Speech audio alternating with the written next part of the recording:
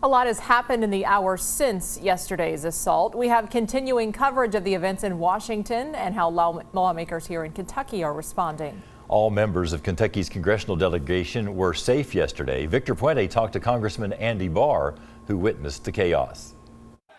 Well, yesterday was a sad day in many respects for our country, just because that is not America. That's not the United States.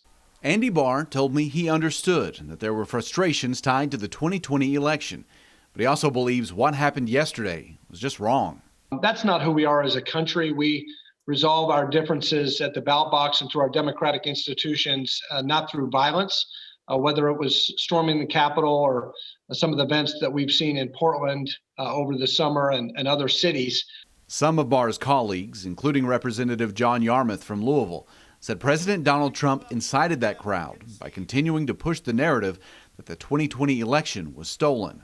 I think that some of the president's language was regrettable. I also believe that we cannot ignore some of the major problems that occurred during the 2020 elections with the allegations of fraud and irregularities that may very well stoke this sense of distrust. But in either case, none of that is an excuse for violence or storming the Capitol or vandalizing public buildings. Despite those claims from the president, no strong evidence of voter fraud has been found, and courts across the country have rejected his arguments.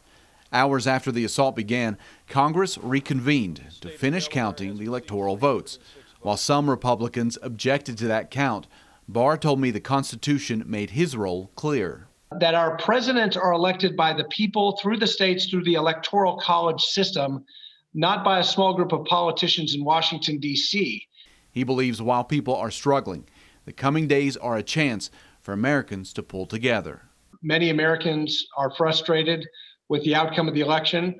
I'm one of them. I didn't support a President-elect Biden or Vice President-elect Harris.